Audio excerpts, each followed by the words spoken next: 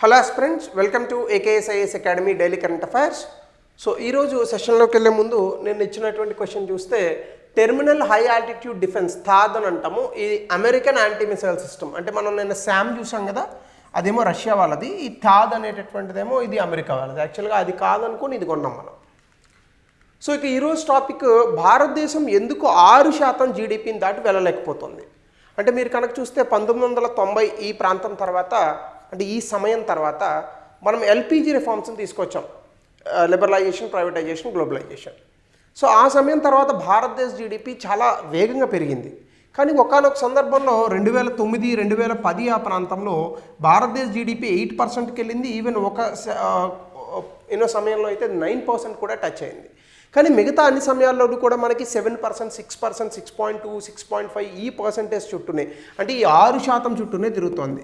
అంటే చాలామంది, చాలా విశ్లేషకులు, అలాగే ఆర్గనైజేషన్స్ కూడా, ఇంక్లూడింగ్ IMF, వీళ్ళంతా కూడా ఇది ఒక గ్రోత్ ట్రాప్గా వివరణిస్తారు దీన్ని. ఎందుకు భారతదేశం ఈ 6% జీడిపిని దాటలేకపోతుంది? ఎందుకంటే ఇప్పుడు భారతదేశం రాబోయేటటువంటి ఇంకా 1-2 నెలల్లో 4వ అతిపెద్ద ఆర్థిక వ్యవస్థగా అవతరించబోతోంది. అయితే దాని తర్వాత భారతదేశం 3వ స్థానానికి, 1వ స్థానానికి వెళ్ళాలంటే భారతదేశ జీడిపి కనీసం 8% ఉండాలి. ఎందుకంటే ఆల్రెడీ అమెరికన్ జీడిపి $30 ట్రిలియన్ వరకు వెళ్ళిపోతుంది. అలాగే చైనా వాళ్ళ జీడిపి దాదాపుగా $20 ట్రిలియన్ వరకు వెళ్ళిపోతుంది. భారతదేశం ఇంకా $4 ట్రిలియన్ ఉంది. కానీ గ్రోత్ రేట్ చూస్తే యునైటెడ్ స్టేట్స్ ఆఫ్ అమెరికా 1.2, 1.8% మాత్రమే పెరుగుతోంది. చైనా 4% పెరుగుతోంది. భారతదేశం 6% పెరుగుతోంది. ఇక్కడ చైనాకి మనకి చూస్తే డిఫరెన్స్ మనకి కేవలం 2% ఉంది. అట్లా కాకుండా చైనా కన్నా మనం వేగంగా పెరగగలిగితే, అంటే 8% కనుక మనం పెరగగలిగితే అప్పుడేమవుతుంది, చైనా 20 నుంచి 10 ట్రిలియన్ పెరగడానికి పట్టే సమయం భారతదేశానికి 4 నుంచి 8, 8 నుంచి 16% అవ్వడానికి పట్టే సమయం ఒకటే అవుతుంది. అంటే చైనా $20 ట్రిలియన్ నుంచి $30 ట్రిలియన్ వెళ్ళేలోపు భారతదేశం $4 ట్రిలియన్ నుంచి $16 ట్రిలియన్ వెళ్ళేటటువంటి ప్రయత్నం చేస్తుంది. సో దీనివల్ల భారతదేశం వేగంగా పెరిగేటటువంటి అవకాశం ఉంటుంది. ఏ కారణాల వల్ల భారతదేశానికి ఇంత తక్కువ జీడిపి, అంటే ఇంత తక్కువ అంటే మిగతా దేశాలతో పోల్చుకుంటే చాలా ఎక్కువ. కానీ మన పర్స్పెక్టివ్లో మాట్లాడుకుందాం, మిగతా వాళ్ళతో కంపారిజన్ కాకుండా. భారతదేశం 8% ఎదగగల సామర్థ్యం ఉన్న దేశం. మరి ఎందుకు రావట్లేదు అంటే కొన్ని నిర్మాణాత్మకమైనటువంటి సంస్కరణలు తీసుకురాకపోవడం వల్ల అని చెప్పేసి మనకి చాలా రిపోర్ట్స్ చెప్తున్నాయి. ఇప్పుడు అవేంది అనేటటువంటిది మనం చూద్దాం. ముందుగా India GDP growth rate 6% on an average సగటున ఉంటుంది. దీనికి 2006, 2010 మధ్య మాత్రమే ఒక ఎక్సెప్షన్ ఉంది. ఎందుకంటే ఆ సమయంలో మనం 8% టచ్ చేసాం, మన్మోహన్ సింగ్ గారు ప్రైమ్ మినిస్టర్గా ఉన్నటువంటి కాలంలో. అయితే ఈ 6% కన్సిస్టెంట్గా వచ్చే గ్రోత్ రేట్ని ఏమంటారంటే గ్రోత్ ట్రాప్ అని అంటారు. అంటే ఈ 6% దగ్గరనే ఇది ట్రాప్ అయిపోయిందనమాట. సో దీన్ని గ్రోత్ ట్రాప్ అని అంటారు. సో దీనివల్ల మనకి ఏంటంటే డీపర్ రిఫార్మ్స్ లేకపోతే, అంటే చాలా అద్భుతమైనటువంటి సంస్కరణ లేకపోతే ఇది అప్వర్డ్ ట్రాజెక్టరీ, అంటే పైకి వెళ్ళేటటువంటి అవకాశం ఉండదు. సో దీనికి మనం చూద్దాం. అది చూసే ముందు జీడిపి అంటే ఏంటి, ఒకవేళ ఎవరైనా తెలియని వ్యక్తులు ఉంటే, ఈ క్లాస్ చూసే వ్యక్తులు వాళ్ళ గురించి. జీడిపి అంటే స్థూల దేశీయోత్పత్తి అని అంటారు. ఒక సంవత్సర కాలంలో ఒక దేశం ఎన్ని అంతిమ వస్తువులను ఉత్పత్తి చేస్తోంది, ఆ అంతిమ వస్తువు సేవల యొక్క విలువ. అంటే ఉదాహరణకి భారతదేశం ఉంది, 2025 వేసుకుందాం, ఒక 4 కార్లను మాత్రమే ఉత్పత్తి చేసిందని అనుకోండి ఉదాహరణకి. 4 కార్లు మాత్రమే. అట్లాంటివి చాలా వస్తువులు ఉంటాయి, వ్యవసాయ రంగంలో వస్తువులు ఉంటాయి, సేవలు ఉంటాయి, మనం అనేక రకాల ఐటమ్స్కి పే చేస్తుంటాం. అవన్నీ వద్దు, అర్థం చేసుకోవడానికి ఒక 4 కార్లను ఉత్పత్తి చేసిందని అనుకుందాం. ఒక కారు విలువ ₹1,00,000 అని అనుకుందాం. ఇప్పుడు భారతదేశ జీడిపి ఎంత అవుతుంది? 4 లక్షలు.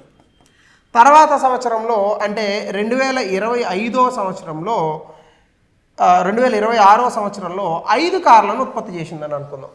ఈ 5 కార్ల యొక్క విలువ మళ్ళీ ₹1,00,000 మేరకు చూసుకుంటే లెట్స్ సే ₹5,00,000. ఇప్పుడు జీడిపి ఎంత పెరిగినట్టు? 2025 నుంచి 26కి 20% జీడిపి పెరిగినట్టు. 25% జీడిపి పెరిగినట్టు.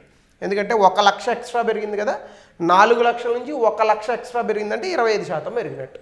సో ఇట్లా ఒక సంవత్సర కాలంలో దేశంలో ఎన్ని వస్తు సేవలను ఉత్పత్తి చేశాము, వాటి అంతిమ విలువ ఎంత అన్నదాన్ని బట్టి డబ్బుల్లో మాత్రమే దీన్ని లెక్క పెడతారు. ఇది ఎవరు ఉత్పత్తి చేశారు అవన్నీ అనవసరం. దేశంలో ఎన్ని వస్తు సేవలు ఉత్పత్తి అయ్యాయి అంటే దేశంలో ఉత్పత్తి పెరగాల. అది వ్యవసాయ ఉత్పత్తి అయినా, పారిశ్రామిక ఉత్పత్తి అయినా, సేవా రంగంలో ఉత్పత్తి అయినా ఉత్పత్తి పెరగాల. సో దాన్ని మనం జీడిపి అని అంటాం. అయితే ప్రస్తుతం భారత ఆర్థిక వ్యవస్థ యొక్క స్థితిగతులు ఎట్లా ఉన్నాయి? జీడిపి ప్రకారం చూసుకుంటే ఇంటర్నేషనల్ మానిటరీ ఫండ్ ఇచ్చినటువంటి లెక్కల ప్రకారం 2025లో భారతదేశం 6.2% జీడిపి సాధించబోతోంది. 2026లో 6.3% చేయబోతోంది. ఈ రెండు గణాంకాల ద్వారా భారతదేశం ప్రపంచంలోనే అత్యంత వేగంగా ఎదుగుతున్న ఆర్థిక వ్యవస్థ. Point number 1. పాయింట్ నెంబర్ 2, భారతదేశంలో ఫారెన్ ఇన్వెస్ట్మెంట్స్ అంటే విదేశీ పెట్టుబడుల కారణంగా విదేశీ మారకపు నిల్వలు భారతదేశంలో $688 బిలియన్ ఉన్నాయి. పాకిస్తాన్ దగ్గర ఎంత ఉన్నాయి తెలుసా? సున్నా ఉంటే అయ్యా మా దగ్గర డబ్బులు లేవని చెప్పి IMF దగ్గరికి నిన్న భారత్ పాకిస్తాన్ మధ్య నెలకొన్నటువంటి యుద్ధ వాతావరణ సమయంలో $2 బిలియన్ అప్పు తెచ్చుకున్నాడు. అరే $2 బిలియన్ ముష్టెత్తుకొని అప్పు తెచ్చుకున్న నువ్వెక్కడ? $688 బిలియన్ ఆల్రెడీ నిలవబెట్టుకున్న భారతదేశం ఎక్కడ? నువ్వు భారతదేశంతో యుద్ధం చేస్తావు. ఆఫ్కోర్స్ ఐ అగ్రీ, డబ్బుకి యుద్ధానికి సంబంధం లేదు, కానీ యుద్ధాన్ని ప్రేరేపించాలంటే డబ్బు అవసరం అవుతుంది. కానీ ఇదే సమయంలో చైనా దగ్గర $6,000 బిలియన్ ఉన్నాయి. డెఫినెట్గా భారతదేశం కన్నా కూడా చైనా చాలా అద్భుతమైన స్థితిలో ఉంది. ఎందుకు అంటే చైనా ఎగుమతులు చాలా ఎక్కువ. చైనా చాలా తక్కువ ఖర్చులో చాలా ఎక్కువగా మ్యానుఫ్యాక్చరింగ్ తయారీ రంగాన్ని అభివృద్ధి చేసింది. భారతదేశం అంత తయారీ రంగాన్ని అభివృద్ధి చేయలేకపోయింది. Point number 2. పాయింట్ నెంబర్ 3, అలాగే కనుక మనం చూస్తే ఇన్ఫ్రాస్ట్రక్చర్ మౌలిక సదుపాయాల్లో ఎయిర్పోర్ట్స్ మౌలిక సదుపాయాలు ఒక అంశాన్ని తీసుకున్నాడు. 74 ఎయిర్పోర్ట్లు 2014లో ఉంటే 2025లో 159 ఎయిర్పోర్ట్లు వచ్చాయి. అంటే దాదాపుగా మీకు డబుల్ అయిపోయాయి ఎయిర్పోర్ట్స్. అదే సమయంలో ఇంకొక 50 కొత్త ఎయిర్పోర్ట్లను 2030 కల్లా భారతదేశంలో తీసుకురాబోతున్నారు. అంటే భారతదేశం చాలా శరవేగంగా అన్ని రకాల మౌలిక సదుపాయాలని తీసుకురాగలుగుతుంది. అదే సమయంలో రాష్ట్ర ప్రభుత్వాలు కూడా అద్భుతంగా రోడ్లను వేయాలి. ఎయిర్పోర్ట్కి పోవాలంటే రోడ్డు మీద కదా, మన ఫ్లైట్లో పోలేం కదా. అట్లానే మ్యానుఫ్యాక్చరింగ్ అంటే తయారీ రంగం అనేటటువంటిది ఎప్పుడూ బాగుండాలి. ఎందుకంటే సేవా రంగం, వ్యవసాయ రంగం ఈ రెండు అద్భుతమైనవే, నేను కాదని అనట్లేదు. వ్యవసాయ రంగం నుంచి మనకి ఫుడ్ వస్తుంది, సేవా రంగం నుంచి అధికంగా డబ్బులు వస్తాయి. కానీ మ్యానుఫ్యాక్చరింగ్ సెక్టర్ వల్ల ఎక్కువగా ఉపాధి అవకాశాల కల్పన జరుగుతుంది. కాబట్టి మీరు మ్యానుఫ్యాక్చరింగ్ కెపాసిటీ యూటిలైజేషన్ అనేటటువంటిది 75% రీచ్ అయిందట. దీనివల్ల మనకి చాలా అద్భుతమైన పారిశ్రామిక కార్యకలాపాలు జరుగుతున్నాయి. ఇవి రానున్నటువంటి రోజుల్లో ప్రైవేట్ ఇన్వెస్ట్మెంట్, ప్రైవేట్ పెట్టుబడులు పెరిగితే ఇవి కూడా పెరిగే అవకాశం ఉందని చెప్తున్నారు. అట్లానే ఎంప్లాయ్మెంట్ కనుక మీరు చూసుకుంటే అన్ఎంప్లాయ్మెంట్ అనేటటువంటిది అంటే నిరుద్యోగం 2024లో 4.9% తగ్గింది. భారతదేశంలో 4.9% నిరుద్యోగం అంటే చాలా తక్కువనే చెప్పాలి. కానీ జనాభా ఎంత ఉంది? 140 కోట్లు కదా. సో 140 కోట్లు పనిచేసేటటువంటి వ్యక్తులు 70 కోట్లైనా ఇందులో 4% అంటే మరి ఆల్మోస్ట్ ఒక 2 కోట్ల మంది నిరుద్యోగులు ఉన్నారని చెప్పచ్చు కదా.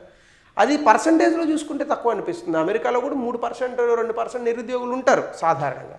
కానీ 5% నిరుద్యోగం అనేటటువంటిది కొంచెం తగ్గాలి. 2023లో ఇది 5% ఉంది. అలాగే గ్రామీణ ప్రాంతాల్లో నిరుద్యోగం 4.2% తగ్గింది. పట్టణ ప్రాంతాల్లో మాత్రం 6.7%గా ఉంది. అంటే గ్రాడ్యువల్గా గ్రామీణ ప్రాంతాల్లో ఇంప్రూవ్ అవుతున్నట్టు మనం గమనించవచ్చు. ఇది ప్రస్తుత ఆర్థిక వ్యవస్థకు ఉన్నటువంటి సిచ్యువేషన్. అయితే ఈ అన్ని సందర్భాల్లో భారతదేశానికి ఉన్నటువంటి సవాళ్ళు ఏమిటి, ఏ సవాళ్ళు ఉన్నాయి, ఇది మనం అర్థం చేసుకోవాలి. ముఖ్యంగా ఇన్వెస్ట్మెంట్ టు జీడిపి రేషియో అంటే దాని అర్థం ఏంటి?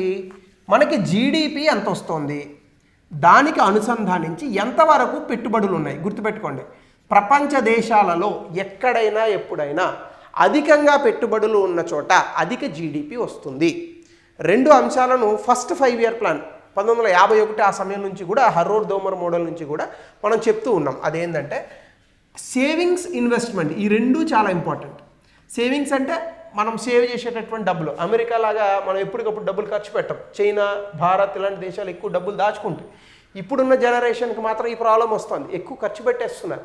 రేపటి డబ్బులు కూడా ఈరోజే ఖర్చు పెట్టేస్తున్నారు. తప్పు, దాచుకోవాలా. మనకి చైనా అలానే దాచుకుంది. అమెరికా రేపటి డబ్బులు కాదు, పక్కోటి డబ్బులు కూడా ఖర్చు పెడుతుంది. అందుకే అమెరికన్ ఆర్థిక వ్యవస్థ చాలా అతలాకుతలం అవుతుంది. అలాగే ఇన్వెస్ట్మెంట్స్, పెట్టుబడులు, హరోడ్ దోమర్ మోడల్ ఇదే చెప్తుంది. సో ఈ రెండు ఉండాలి. ఈ రెండు ఏ దేశానికైతే అద్భుతంగా ఉంటాయో ఆ దేశం చాలా అద్భుతంగా ముందుకెళ్తుంది. సో సేవింగ్స్ అండ్ ఇన్వెస్ట్మెంట్స్కి సంబంధించి ఇటీవల కాలంలో మీరు కనుక చూస్తే ఇన్వెస్ట్మెంట్ టు జీడిపి అంటే జీడిపిలో పెట్టుబడుల యొక్క నిష్పత్తి 39% నుండి ఇది 39 to 42 2006 2010 నుంచి 33% పడిపోయింది. అంటే దాని అర్థం ఏంటి? 2023 ఇప్పుడు ఉన్నటువంటి జనరేషన్ అనేటటువంటిది ఖర్చు ఎక్కువ పెడుతున్నారు. కొంచెం ఖర్చు తగ్గించాలి. అప్పులు చేసి కూడా ఖర్చులు పెడుతున్నాం. రకరకాల యాప్స్ వస్తున్నాయి కదా మనకి, అదేదో మనకి యాప్స్ పేర్లు నాకు అంత కరెక్ట్గా తెలియదు కానీ ఏదో నావీ లోన్ అని అంటారు, ఇంకా అదేదో ఉంటుంది ఒకటి రెడ్ కలర్లో సంథింగ్. సో ఇట్లాంటివి స్పైసా ఏంటి ఏదో ఒకటి ఉంటుంది. సో ఇట్లాంటివి ఎక్కువ వచ్చేస్తున్నాయి. దానివల్ల ఎక్కువ లోన్ తీసుకుంటున్నారు, ఎక్కువ ఈఎంఐలు కడుతున్నారు. ఇది కొంచెం తగ్గాలి. అట్లానే ప్రైవేట్ ఇన్వెస్ట్మెంట్స్ కూడా 18 నుంచి 9.8% పడిపోయాయి అదే సమయంలో. అంటే ప్రైవేటు పెట్టుబడులు పెరగాలి అసలు. అలాగే employment elasticity of investment decline 0.44 to 0.21. అంటే ఒక పెట్టుబడితో, ఒక యూనిట్ పెట్టుబడితో ఎంత ఉపాధి అవకాశాలు వస్తున్నాయి? సాధారణంగా ఎక్కువ రావాలి, కానీ ఒకప్పుడు 0.44 వస్తే ఇప్పుడు 0.21 వస్తుంది. అంటే ఏంటి? పెట్టుబడులు పెడుతున్నా, జీడిపి పెరుగుతున్నా ఉపాధి అవకాశాలు తగ్గుతున్నాయి. ఇది కొంచెం జాగ్రత్తగా చూసుకోవాలి. అట్లానే shift towards capital intensive sector. సాధారణంగా భారతదేశంలో లేబర్ ఇంటెన్సివ్ సెక్టర్ ఉండాలి. అంటే ఏంటి? ఒక కంపెనీ పెట్టామంటే అత్యధికంగా వాళ్ళకు ఉద్యోగ అవకాశాలు కల్పించేటటువంటి పరిశ్రమలు ఉండాలి. కానీ భారతదేశంలో ఇప్పుడు ఏం జరుగుతుంది?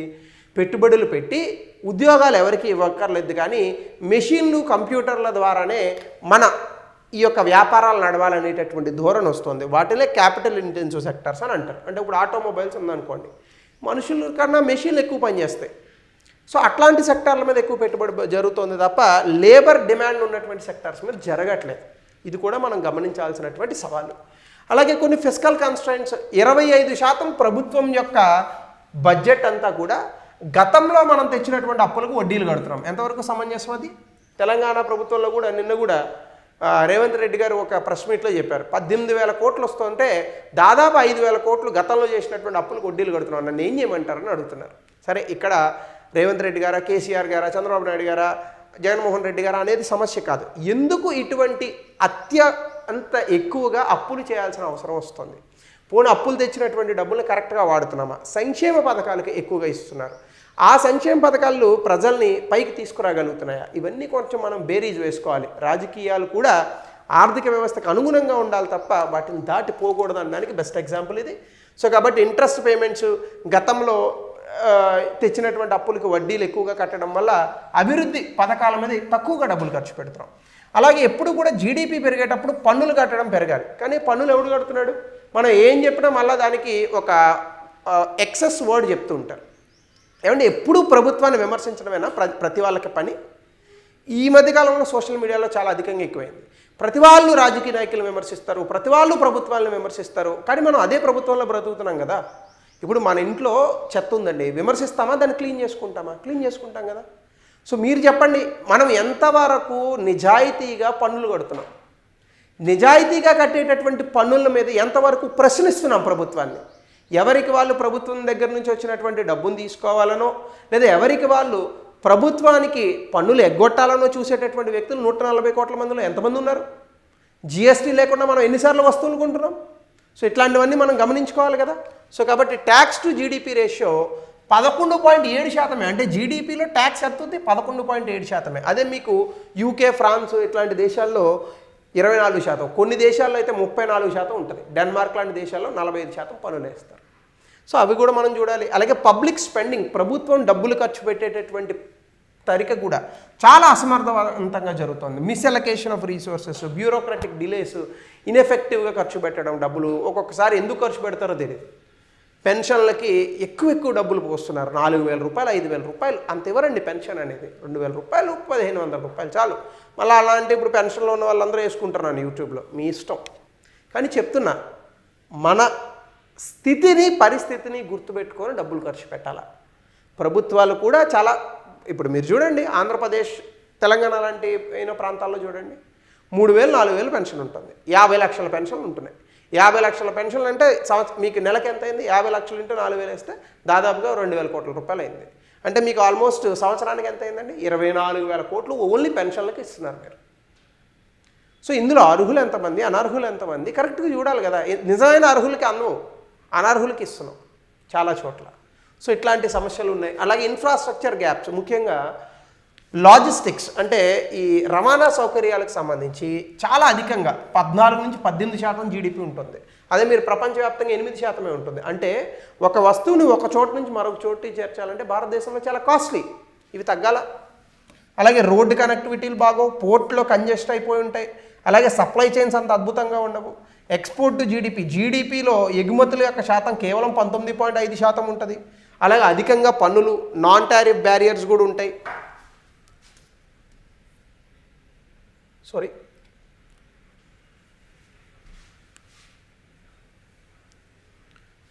సో అధికంగా పన్నులు, నాన్ టారిఫ్ బ్యారియర్స్ ఉంటాయి.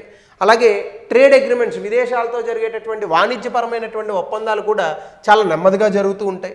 అలాగే గ్లోబల్ మార్కెట్లో భారతదేశం యాక్సెస్ చేసుకోవడం చాలా తక్కువగా ఉంటుంది. సో ఇవన్నీ కూడా భారతదేశానికి ఉన్నటువంటి నెగిటివ్ ఆస్పెక్ట్స్. వీటన్నిటిని కరెక్ట్ చేస్తే పెరుగుతుంది. అలాగే సోషల్ వీక్నెస్ కనుక మీరు చూస్తే అర్బన్ బయాస్డ్ గ్రోత్. మన దేశంలో జీడిపి వచ్చేదంతా కూడా సిటీల చుట్టూ ఉంటుందండి. మన చిన్న చిన్న టౌన్లు కానీ లేదని అనుకుంటే గ్రామీణ ప్రాంతాల్లో కానీ ఎవరు బ్రతుకుతున్నారు? క్రీమ్ పీపుల్ అంతా కూడా ఇటు వచ్చేస్తున్నారు, అటు తక్కువ ఉంటున్నారు. కానీ జనాభా మీకు ఒరిజినల్గా చూస్తే అక్కడే ఉంటుంది, కానీ గ్రోత్ అంతా కూడా సిటీస్ వైపే ఉంటుంది. అట్లానే ఇన్ఈక్వాలిటీ అంటే భారతదేశంలో టాప్ 10% పీపుల్ దగ్గర 77% సంపద ఉంది. బోటం 50% దగ్గర కేవలం 13% ఉంది జాతీయ ఆదాయం. మరి అలా ఈ 50% మంది ఎక్కువగా గ్రామీణ ప్రాంతాల్లో జీవిస్తూ ఉంటారు. సో గ్రామీణ ప్రాంతాల జీవనం అంటే డబ్బులు తక్కువ రావడం. అట్లానే corruption and inefficiency, of course అవినీతి ఎక్కడికక్కడ ఉంటుంది, అసమర్థంగా మనం ఖర్చు పెట్టే డబ్బులు, దీనివల్ల అసమానతలు పెరుగుతున్నాయి. భారతదేశం కరప్షన్ పర్సెప్షన్ ఇండెక్స్లో 96వ ర్యాంక్లో నిలిచిందండి. చాలా ఎక్కువ కదా 96వ ర్యాంక్ అనేది. సో వీటిలన్నింటినీ కూడా తగ్గిస్తేనే భారతదేశంలో ఇటువంటి పరిస్థితుల నుంచి బయటపడవచ్చు. అలాగే గ్లోబల్ అండ్ ఎక్స్టర్నల్ ఫ్యాక్టర్స్ అంటే ఏ కారణాల వల్ల, మనకు సంబంధించినటువంటి కారణాల వల్ల కూడా జీడిపి ఇబ్బంది పడుతుంది. ముఖ్యంగా వార్లు, యుద్ధాలు, అలాగే యుఎస్, చైనా లాంటి పెద్ద పెద్ద ఆర్థిక వ్యవస్థలు మందగించడం. ఎందుకంటే భారతదేశం కూడా ఆ ఆర్థిక వ్యవస్థలకు అధికంగా ఎగుమతులు చేస్తూ ఉంటుంది. అలాగే ఆయిల్ ప్రైసెస్, రకరకాల యుద్ధాలు, ఇంకా ఇతర వాతావరణాల వల్ల ఆయిల్ ప్రైసెస్ ఫ్లక్చువేట్ అవడం, దీనివల్ల భారతదేశంలో కూడా ఆయిల్ రేట్ పెరుగుతుంది. అలాగే ఫారెన్ ఇన్వెస్ట్మెంట్స్ అత్యధికంగా మనకి ఫారెన్ ఎక్స్చేంజ్ రిజర్వ్స్ ఉన్నాయి, అంటే విదేశీ మారకపు నిల్వలు ఉన్నాయి. కానీ ఇవి మనం ఎగుమతులు చేయడం వల్ల వచ్చినవి కాదు, భారతదేశంలో విదేశీ పెట్టుబడులు పెట్టడం వల్ల వచ్చినవి. కాబట్టి విదేశీ పెట్టుబడులు అనేటటువంటి వాటి మీద మనం ఎక్కువగా డిపెండ్ అవుతున్నాము. కానీ ఇది చాలా వల్నరబుల్. 2008లో మనకి 2008-11 మధ్య అమెరికాలో మాంద్యం రావడం వల్ల అటువంటి ప్రభావం మన దేశం మీద చాలా పడింది. అప్పుడు ఈ ఫారెన్ ఎక్స్చేంజ్ రిజర్వ్స్ అనేటటువంటివి కొంత తగ్గాయి. రేపొద్దున అటువంటి పరిణామాలు వస్తే మళ్ళీ ఇట్లాంటి ఇబ్బందులు వచ్చేటటువంటి అవకాశం ఉంటుంది. కాబట్టి ఇవన్నీ కూడా మనం చూడాల్సినటువంటి అంశాలు. వీటిని కనుక మనం మార్చగలిగితే డెఫినెట్గా భారతదేశానికి చాలా అద్భుతమైన అవకాశాలు ఉన్నాయి. ఇందులోనే 2000-2023 మధ్య ఎలా పెరిగింది అనేది ఇన్వెస్ట్మెంట్ టు జీడిపి రేషియో, అంటే జీడిపిలో భాగంగా పెట్టుబడులు అనేటటువంటి 26 నుంచి 33% పెరిగింది. తర్వాత ఎంప్లాయ్మెంట్ ఎలాస్టిసిటీ అంటే మనం పెట్టేటటువంటి పెట్టుబడికి ఎంత ఉపాధి అవకాశాలు క్రియేట్ చేయగలుగుతున్నాం, తగ్గింది. ఇది తప్పుడు పరిణామం ఇది. అలాగే ఎక్స్పోర్ట్ టు జీడిపి రేషియో కొంత పెరిగింది, 13 నుంచి 19%, సంతోషం. ట్యాక్స్ టు జీడిపి 14 నుంచి 18కి పెరిగింది. ఇంట్రెస్ట్ పేమెంట్స్ 39 నుంచి 25%. కాబట్టి ఓవరాల్గా మనము లాంగ్ టర్మ్ గ్రోత్ ట్రాజెక్టరీ బాగానే ఉన్నప్పటికీ ఇంకా సమర్థవంతంగా పనిచేస్తేనే భారతదేశంలో చాలా అద్భుతమైనటువంటి అవకాశాలు వస్తాయి.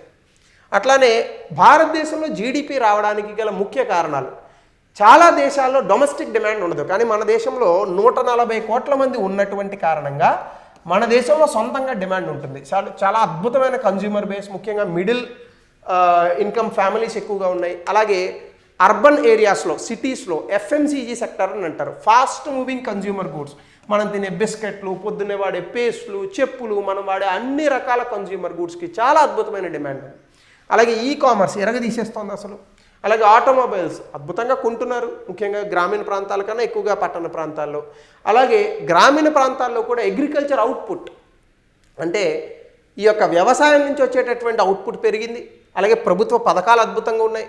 ప్రైవేట్ కన్జంప్షన్ కూడా 6.9% పెరిగింది 2025 Q3లో. అలాగే రూరల్ ఏరియాస్లో కూడా ఎఫ్ఎంసీజీ సెక్టర్ 4% పెరుగుదల నమోదు చేసింది. ఇవన్నీ పరిణామాలే. కానీ వీటిని ఇంకా వేగవంతం చేస్తే 6 ఉన్నటువంటిది 8 అవుతుంది, రేపొద్దున 10% పెరుగుతుంది. జీడిపి కనుక 10% అయితే ప్రపంచంలో మనమే నెంబర్ 1 ఇంకా. అలాగే దీంతోపాటు మౌలిక సదుపాయాల కల్పనకు అభివృద్ధికి అనేక కార్యక్రమాలు చేస్తున్నారు. ఉదాహరణకి మౌలిక సదుపాయాల కల్పనకు నేషనల్ ఇన్ఫ్రాస్ట్రక్చర్ పైప్లైన్, గతిశక్తి, భారత్మాల రోడ్లు వేస్తున్నారు. అట్లానే 2025-26 బడ్జెట్లో 11 లక్షల కోట్లు కేవలం మూలధన పెట్టుబడికి కేంద్ర ప్రభుత్వం కేటాయించింది. అలాగే క్యాపిటల్ ఎక్స్పెండిచర్ కూడా ఇయర్ ఆన్ ఇయర్ 2020-24 మధ్య 38% కాంపౌండెడ్ యాన్యువల్ గ్రోత్ రేట్, అంటే ప్రతి సంవత్సరానికి ఎంత పెరుగుతుంది అనేది ఎకనామిక్ సర్వే ఇచ్చిన లెక్కల ప్రకారం. అలాగే డిజిటల్ ఎకనామీ, ఫిన్టెక్ కంపెనీస్, ఈ గూగుల్ పేలు, ఫోన్పేలు, ఇంకా రకరకాల యాప్స్, ఇవన్నీ కనుక మీరు చూస్తే ఇవి జీడిపికి 2022-23లో 11% సపోర్ట్ చేశాయి. అలాగే యూపీఐ ట్రాన్సాక్షన్స్ 23 లక్షల కోట్లు యూపీఐ ట్రాన్సాక్షన్స్ మనకి జనవరి 2025కు అందుకున్నాం. అట్లానే బిజినెస్ ఎఫిషియన్సీ, ట్యాక్స్ కంప్లైంట్స్, అంటే వ్యాపారాలు అవి కట్టేటటువంటి పన్నులు ప్రభుత్వాలకి సహకరిస్తూ చాలా అద్భుతంగా పన్నులు కడుతున్నారు. ఖచ్చితంగా ఒక 20 సంవత్సరాల క్రితంతో పోల్చుకున్న భారతదేశం ఇప్పుడు చాలా అభివృద్ధి చెందింది, నేను కాదని అనట్లేదు. కానీ మనకి ఇంకా అవకాశాలు ఉన్నాయి. మన అవకాశం 10 అయినప్పుడు మనం 6 దగ్గరే ఆగిపోతే ఇబ్బందే కదా. సో 10ని ఎట్లా అందుకోవాలని ఆలోచించాలి. Always we should have that craving for the growth. అట్లానే మ్యానుఫ్యాక్చరింగ్ సెక్టార్లో కూడా ప్రొడక్షన్ లింక్డ్ ఇన్సెంటివ్ స్కీమ్, అంటే మీరు ఉత్పత్తి చేయండి మేము ఇన్సెంటివ్స్ ఇస్తాం అంటుంది ప్రభుత్వం. ఎలక్ట్రానిక్, సెమీకండక్టర్స్, ఈ మధ్యకాలంలో ఒక సెమీకండక్టర్ ప్లాంట్ కూడా వస్తుంది భారతదేశంలో. సో ఇవన్నీ చాలా అద్భుతమైన సుపరిణామాలు. ఈవెన్ రూరల్ ఏరియాస్లో కూడా ఎలక్ట్రిక్ వెహికల్స్ కొంటున్నారు. అలాగే ఎలక్ట్రానిక్ ఎక్స్పోర్ట్స్ పెరిగాయి, $23 బిలియన్ వరకు. మొబైల్ ఫోన్స్ కూడా 43% కాంట్రిబ్యూట్ చేస్తున్నాయి. అలాగే జియోపొలిటికల్ టెన్షన్స్ కొంతవరకు మన వాణిజ్యాన్ని ఇబ్బంది పెడుతున్నప్పటికీ కూడా బట్ ఇండియా పాత్ర గ్లోబల్ సప్లై చైన్లో చైనా +1 స్ట్రాటజీ కారణంగా డెఫినెట్గా భారతదేశానికి చాలా అద్భుతంగా అవకాశాలు అయితే దక్కుతున్నాయి. అలాగే సర్వీస్ సెక్టార్లో ఇంక చెప్పక్కర్లేదు, ఐటీ, ఫిన్టెక్ కంపెనీలు చాలా అద్భుతంగా ఉన్నాయి. సర్వీస్ సెక్టార్స్ ప్రతి సంవత్సరం కూడా గ్రోత్ పెరుగుతూనే ఉంది.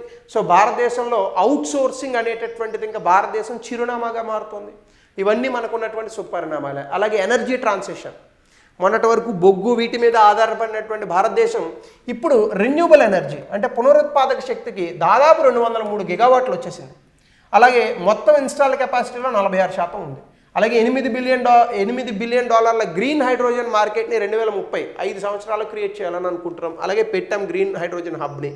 దాంతోపాటుగా ఫిస్కల్ డెఫిసిట్ని, అంటే ప్రభుత్వం తాలూకా ద్రవ్యలోటు, ఇది 4.9% తగ్గిస్తామని బడ్జెట్లో చెప్పారు. అలాగే ఇన్ఫ్లేషన్ తగ్గింది. దాంతోపాటుగా పూర్తి స్థాయిలో ఆర్థిక వ్యవస్థ చాలా స్థిరంగా ఉంది. ఏ ఇబ్బందులు వచ్చినా కూడా తట్టుకులో లేనటువంటి ఆర్థిక వ్యవస్థలు ఉన్నాయి. మనం అలా లేం. అమెరికా పన్నులు వేసిన, ఉక్రెయిన్ రష్యా యుద్ధం అయినా, పాకిస్తాన్ ఇండియా యుద్ధ వాతావరణం నెలకొన్న ఆర్థిక వ్యవస్థ ఏమాత్రం నిండుకుండా తొనకదు అన్నట్లుంది. సో కాబట్టి ఇవన్నీ మనకున్నటువంటి పాజిటివ్స్. వీటిని కనుక మనం చక్కబెట్టుకోగలిగితే ఇప్పుడు 6.2 ఉన్నది, రేపు 8 అవుతుంది, రేపు 8, 10 అవుతుంది. నా కల అయితే 10% దాటడమే. 10% దాటి ఒక్క 10 సంవత్సరాలు భారతదేశం పరిగెట్టగలిగితే ప్రపంచంలో మనమే నెంబర్ 1. ఈ జనరేషన్ చూస్తుంది ఆ రకమైనటువంటి అభివృద్ధి. సో దీనికి సంబంధించి గతంలో ఇచ్చినటువంటి ప్రశ్న సమాధానం చెప్పండి. అట్లాగనే discuss the recent structural drivers of Indian economic growth and with reference to domestic consumption, infrastructure investment, digital economy. గతంలో ఇవ్వలేదు ఈ క్వశ్చన్, ఇప్పుడే ఇచ్చాను. 200 పదాల్లో రాయండి. సో ప్యూర్ ఎకనామీ కాన్సెప్ట్ డెఫినెట్గా మెయిన్స్ ఎగ్జామినేషన్, ప్రిలిమ్స్ ఎగ్జామినేషన్లో ఈ క్వశ్చన్స్ వచ్చే అవకాశం ఉంటుంది. So thank you.